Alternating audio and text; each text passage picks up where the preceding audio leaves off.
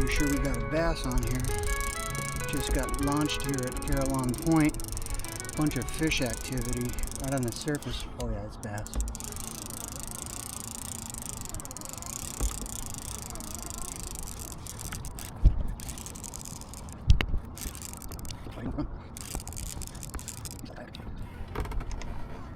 Pretty decent bass, I think.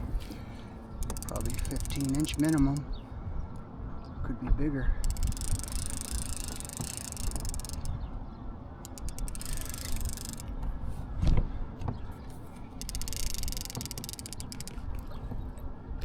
Keeps taking line off me. I got the drag real light.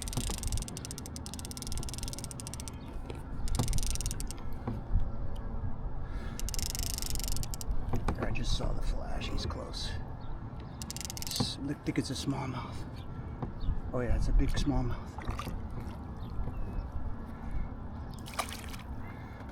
I don't know how well he's hooked, but I'm gonna try to get him in the net.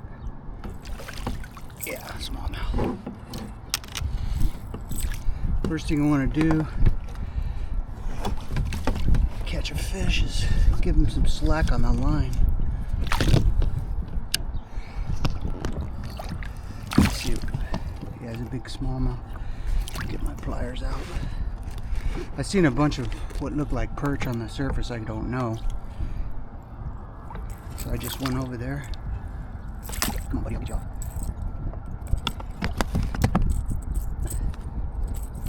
Okay, there's better than the spot.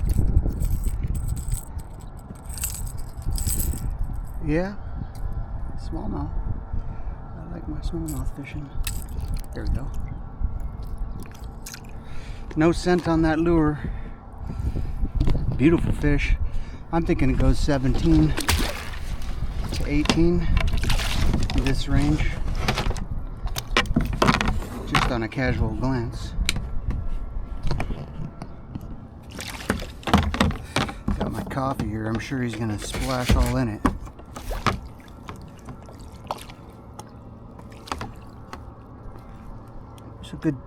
It's a chunky little fish.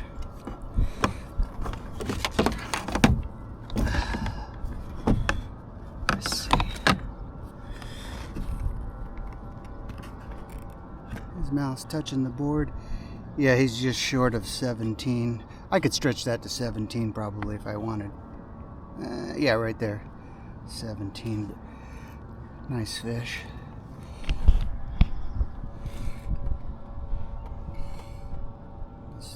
Smallmouth.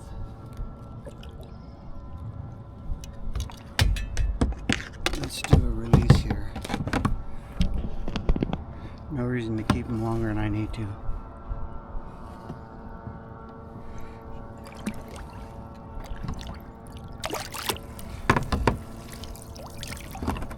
Yeah, I haven't even been on the water just a couple minutes. Just a tip for people learning to catch bass like this in Lake Washington or similar lakes.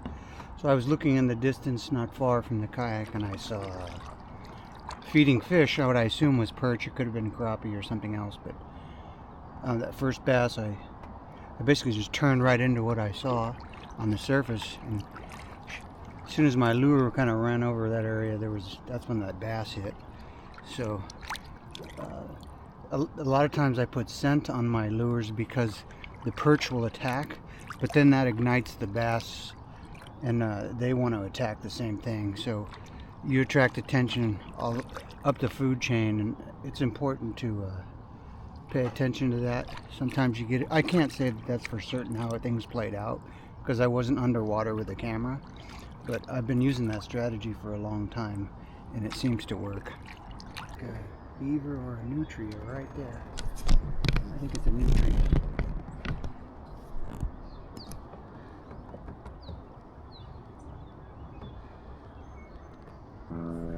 And so this is Juanita Bay.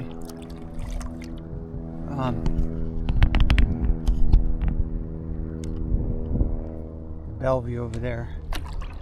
There's a lot of float planes training here, so you're going to see a lot of that. That's Seattle over there. Somewhere over there. This stretch here in front of Kirkland can be good for trout sometimes. Just trolling along Caroline Point, the marina here, and I'm pretty sure a fish just jumped, and this is probably a bass. I got my line about 12 to 15 feet down. Let's see what we got here. Feels like it was a bass when it hit. I don't know if it's a... Oh yeah, that's bass. Here it comes. Here comes. Gonna jump maybe? Smallmouth. I've only been on the water about 10 minutes. That'll take a little run. Everybody's in a hurry to bring their fish in, but I'm not. If I lose them, I'll just catch it. Alright,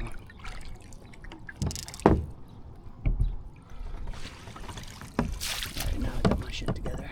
Bring him in.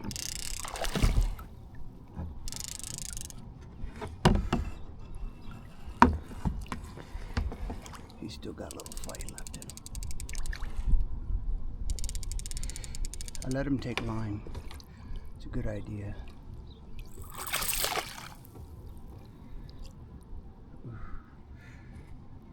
A lot of people, I've been told how many times I'm fishing with the wrong kayak, the wrong lure, the wrong rod and reel setup, but actually, I think I know exactly what I'm doing.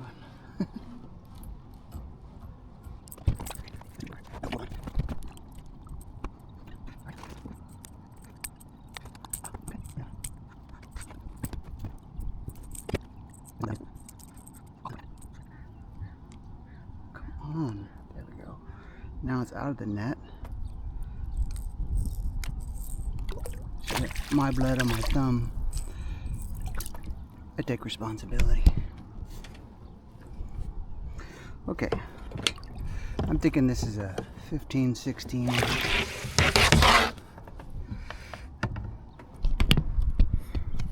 Let's see what we got here. If they cooperate. He's not cooperating too much.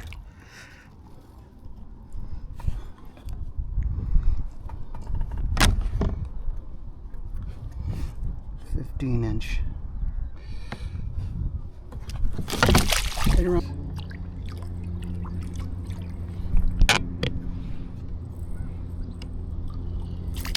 Nobody likes these fish. Okay, let me get it steady for you.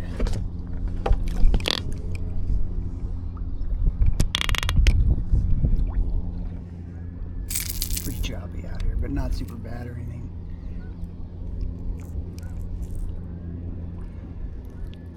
There we go.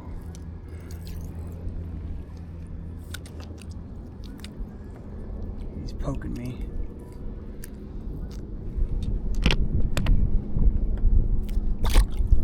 Birds. They've been feeding him too much.